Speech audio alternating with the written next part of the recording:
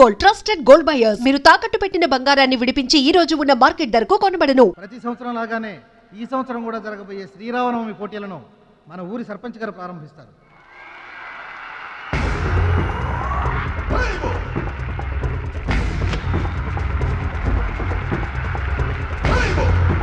బాబాయ్ ఏంటి తోసుకుంటూ వస్తున్నావు? మా బాబాయ్ గెలడం నేను చూడాలిగా. ఎవరు మీ బాబాయ్? అదిగో మిలమిలా మెసిపోతున్నాడే, అతనే మా బాబాయ్. ఆ బండపయ్య అతను గెలవడు.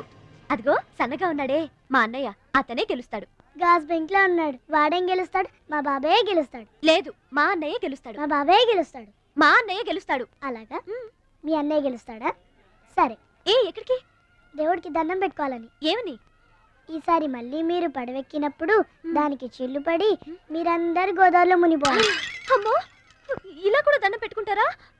మీ బాబాయ్ గెలుస్తాడు, కానీ అలాంటి దండాలు పెట్టుకోవద్దు నువ్వు. సరే, మా బాబాయ్ గెలవాలని దండం పెట్టుకో. సరే.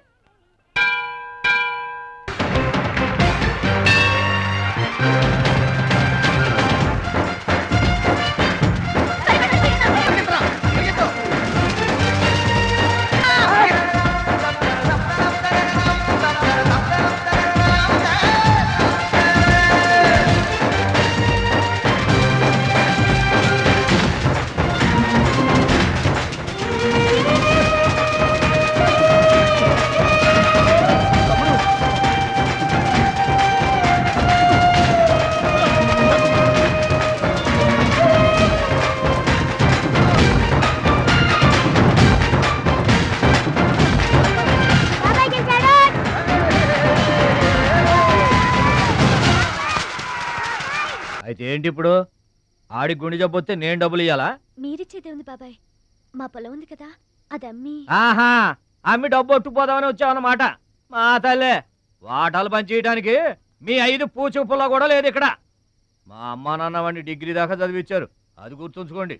వాడు చదువుకున్నాడు కాబట్టే వాడికి 5 ఎకరాలు పంచారు, మీరు చదువుకోలేదు కాబట్టే మీకు 20 ఎకరాలు ఇచ్చారు. అయినా ఇవాళ వాడి ప్రాణం మీదకి వచ్చి అవసరమై వాడి పొలం వాడు అమ్ముకుంటానంటే మీరు అభ్యంతరం పెడతారేంటండి? అయినా వాడికి చదువు వచ్చింది, చదువుకున్నాడు, మీకు చదువు రాలేదు, చదువుకోలేదు. వాళ్ళు రాలిపోతాయి మరో మాట మాట్లాడేవంటే. నాకు చదువు రాదు కాదు, ఆడి కోసం త్యాగం చేశా. అన్నయ్య, నువ్వు పలక బల్పం పట్టుకో, నేను పలుకు పార పట్టుకుంటానన్న. అన్నయ్య, నువ్వు బళ్ళోకి వెళ్ళు, నేను బర్రెల కాపలాకి వెళ్తానన్న. అన్నయ్య, నువ్వు లాగు చొక్కా వేసుకో, నేను గోసి పెట్టుకుంటానన్న.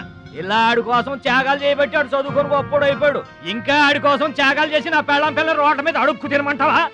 చెప్పు చోమహా. అలా అంటావేంటి బాబాయ్? 15 ఏళ్లుగా మా పొలం మీరు పండించుకుంటున్నా ఒక్క పైసా కూడా అడగలేదు. ఇవాళ అవసరం వచ్చి మా పొలం మేము అమ్ముకుంటామంటే కుదరదంటారేంటి? ఏంటి నిలదీస్తున్నావా? నీకు సమాధానం చెప్పాల్సిన అవసరం నాకు లేదు. పిచ్చయ్య గారు, మీరు మాట్లాడుతుంది ఏమీ బాగలేదు. అరే, ఆపరేషన్కి అవసరమై వాడి పొలం వాడు. పొలం మాట ఎత్తకుండా ఉంటావంటే నేను రాత్రికేడ పడుకొని పొద్దుటే వెళ్ళిపోండి, లేదా అక్కర్లేదు, మేమే వెళ్ళిపోతాం.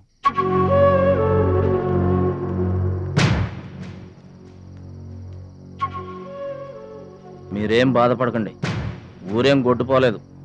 అమ్మా మాటలక్ష్మి, మీ నాన్నకి మీ బాబాయికి రాముడికి రావణాసురుడుకున్నంత తేడా ఉందమ్మా. చట్ట ప్రకారం ఈ పొలం మీదే, దాన్ని మీరు ఎప్పుడైనా ఎవరికైనా అమ్ముకోవచ్చు. కావాలంటే మేము కూడా సాయంగా ఉంటాం. ఏంటి మీరు పంచాయతీ ఎట్టగానే పంచాయతీ అడిచిపోయి పరిగెత్తుకుంటా వచ్చి మీ కాళ్ళ కడబడతాం అనుకుంటున్నారా? ఏయ్, పిచ్చి పిచ్చి వేసారంటే పొలంలో కలుపుని తీసినట్టు తీసి అవసరం మారేట అనుకుంటున్నారా? పిచ్చియా, నోరు జారుతున్నావు. నోరు జారటం కాదురా, మధ్యలో ఎవడైనా మాట్లాడాడంటే మెడకాయలు తెగిపోతాయి. ఏంటండి మరి అన్యాయంగా మాట్లాడుతున్నారు?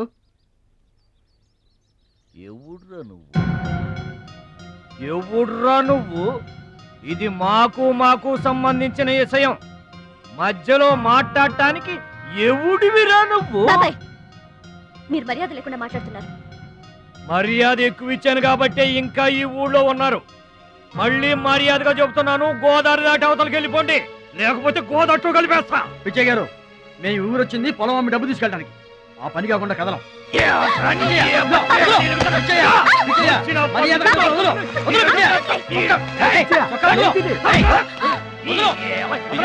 తప్పు చేస్తున్నావు. నువ్వెవడ్రా చెప్పటానికి? మనిషిని రా పశువా. నాన్న మీదే చేసుకుంటావరా?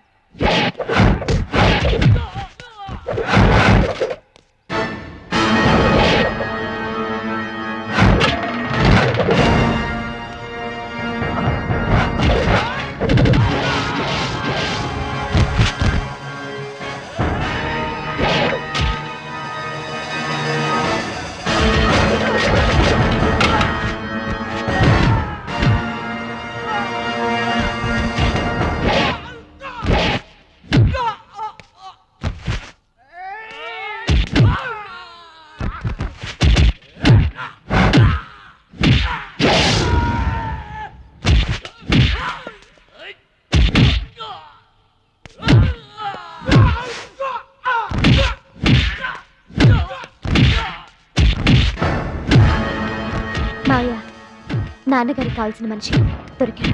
ఊళ్ళో పెద్ద మనిషిని నా మీదే చేసుకుంటావా?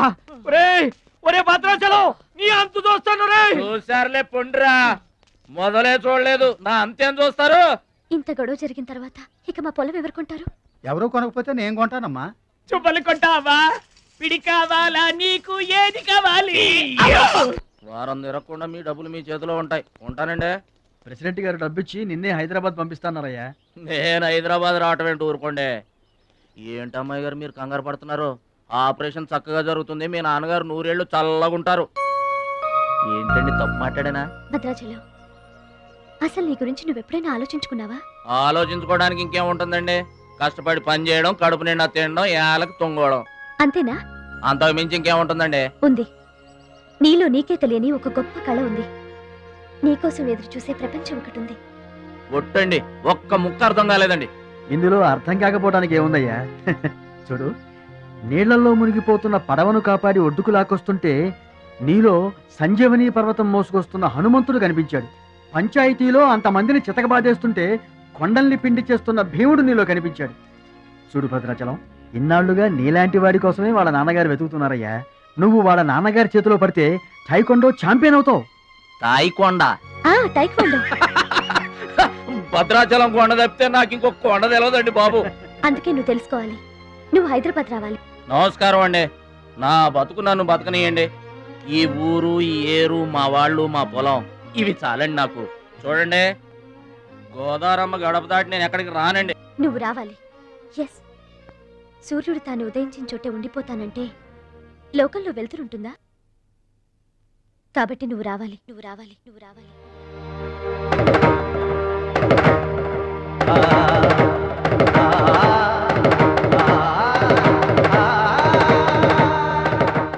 ఇదిగో, ఇది మా అడ్రస్ కార్డు.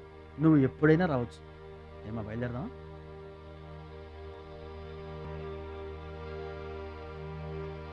వాడి జిమ్మడిపోను, వాడు నాశనమైపోను, వాడి చేతులు విరిగిపోను, పసిపిల్లలను కూడా చూడకుండా కొట్టాడమ్మా వాడు. వాడి కొంప కూలిపోను. మింగడానికి మెతుకులేని పొండాకొర్లు నా మొగుడిని కొడతారా? వీళ్ళు నాశనమైపోను. పుట్టింట్లో కూడా పడని తిట్లు ఎదిరింటోళ్ళతో పడాల్సి వచ్చింది. నాకు ఈ కర్మ ఏంటండి? మిమ్మల్ని అంత తేలిగ్గా వదలను. నా తడాక ఏంటో చూపిస్తా, మీ అంతు తేలుస్తా. మర్డర్ కేసులో ఇరికించి మిమ్మల్ని అందరినీ పక్కలో రాయిస్తానే అనుకుంటున్నారా? ఇంకా మీ మాటినేది నా మీద చేసుకున్నంత గొప్పడైపోయా మీ తమ్ముడు. నా దిగువ పొలమే మీదే, అది గుర్తుంచుకోండి. నేను కట్టు బిగించానంటే పొట్టు నీళ్లు కూడా మీ చెవులోకి రావు. నేను కాదన్నానంటే బస్తా ధాన్యం కూడా బయటికి రాదు. ఆకలితో మన మాడి సవాలేట అనుకుంటున్నారు.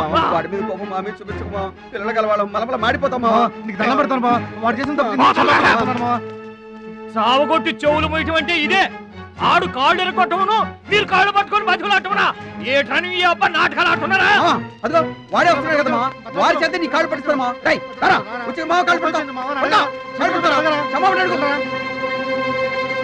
ముద్దులు అనుకుంటామేట్రా, పడు కాళ్ళ మీద. నేను తప్పు చేయలేదన్నయ్య. ఏంట్రా ఎదురు చెప్తున్నావు? వెళ్ళి కాళ్ళు పట్టుకో. నేను తప్పు చేయలేదన్నయ్య. చెప్పరా, చెప్పు. ఆడెందుకు పడతారా?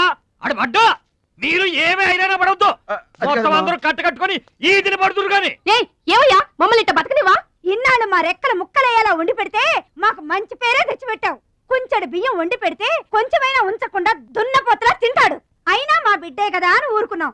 సోలెడు పప్పు వండి పెడితే సగం అన్నానికే సరిపెట్టుకు చస్తాడు. అయినా మా అబ్బాయే కదా అని ఊరుకున్నాం. బాలేదా అని ఒక్క రోజులైనా కాలేదు ఆవకాయ పచ్చడి పెట్టి పూటకి కిలో పచ్చడి చొప్పు నాకి పారేసి జాడించి తన్నాడు. ఆయన పోన్లే మా అమరిదే కదా అని సరిపెట్టుకున్నాం. పచ్చళ్ళు మింగితే సరిపెట్టుకుంటాం గాని పరువు మింగుతుంటే ఎలా సరిపెట్టుకుంటామండి? ఏమండి, ఉంటే ఇంట్లో అతనన్నా ఉండాలి, లేదా మేమన్నా ఉండాలి. తేల్చుకోండి. రాక్క నువ్వు ఒక్కడవే ఇంట్లో ఉండరా, మేమే వెళ్ళిపోతావురా పనికి మాల వెధవా.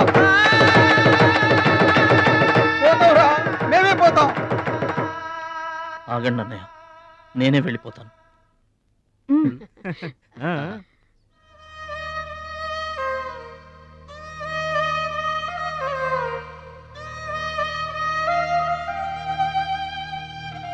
ఆగో, ఆ సూట్ కేసులో ఏం తీసుకెళ్తున్నారో చూడండి.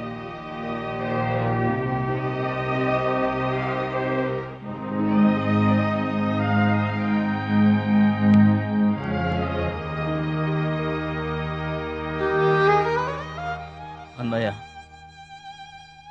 మీకు ఒకళ్ళకొకళ్ళు తోడున్నారు, నాకెవరున్నారు? అమ్మ నాన్నలే నాకు తోడు. వదినమ్మ, అమ్మ నాన్నల ఫోటో మాత్రం తీసుకెళ్తున్నా, మీ సొమ్మేం తీసుకెళ్ళలేదు, ఫోటో మాత్రమే. బాబాయ్ బాబాయ్ వెళ్ళొద్దు బాబాయ్ బాబాయ్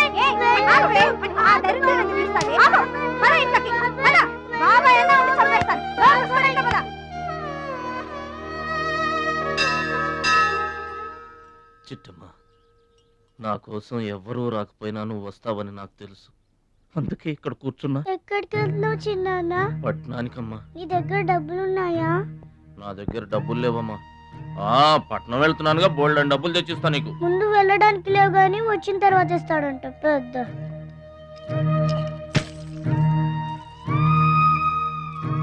బడిలో మాస్టర్ చెప్పారు చిన్నాన్న, ఎదిగే వయసు, పారే ఏరు, ఖర్చయ్యే రూపాయి తిరిగి రావని, జాగ్రత్తగా ఖర్చు పెట్టే.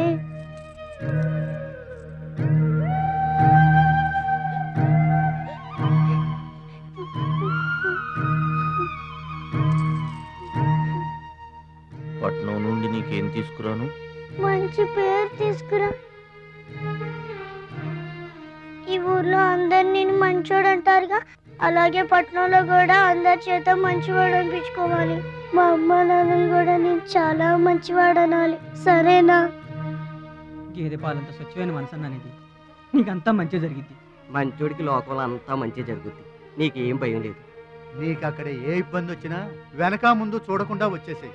నువ్వు చేసే కష్టానికి ఎక్కడైనా కళ్ళకద్దుకుని పళ్ళలో పెట్టుకుంటారు భద్రాచలం. ఇదిగో డబ్బు. వద్దండి, ఉంచరా. మా దగ్గర మొహమాటమేంట్రా? ఉంచు.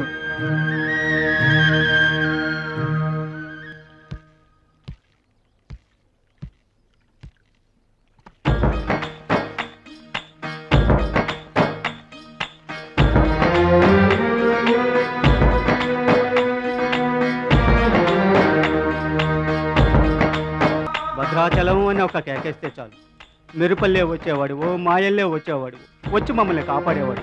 ఇప్పుడు మేము ఎవరిని కేకేయాలయ్యా? ఆ కళ్ళంటే నీళ్ళేంటయ్యా? పల్లెను వదిలి వెళుతుంటే తల్లిని వదిలి వెళుతున్నట్టుంది. భద్రాచలం అయిన వాళ్ళు వద్దనుకున్న నోరు లేని జీవాలు నిన్ను వెతుక్కుంటూ వస్తాయి. రా.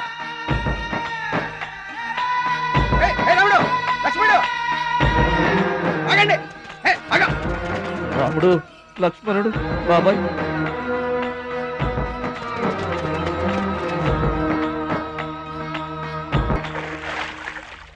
మా గోదారమ్మ పుట్టి బుద్ధెరిగిన తర్వాత మొట్టమొదటిసారిగా ఊరు దాటి వెళుతున్నా. అయిన వాళ్లే అవమానించారు, పనికి మాలిన వాడినన్న పేరు మోసుకు వెళ్తున్నా. రే భద్రాచలం, నువ్వు చాలా గొప్పోడివిరా అని మా వాళ్ళందరూ అనుకున్న రోజునే మళ్ళీ ఈ గడ్డ మీద కాలు పెడతా. అప్పుడే ఈ నీళ్లు మళ్ళీ తాగుతా. దీవించమ్మా.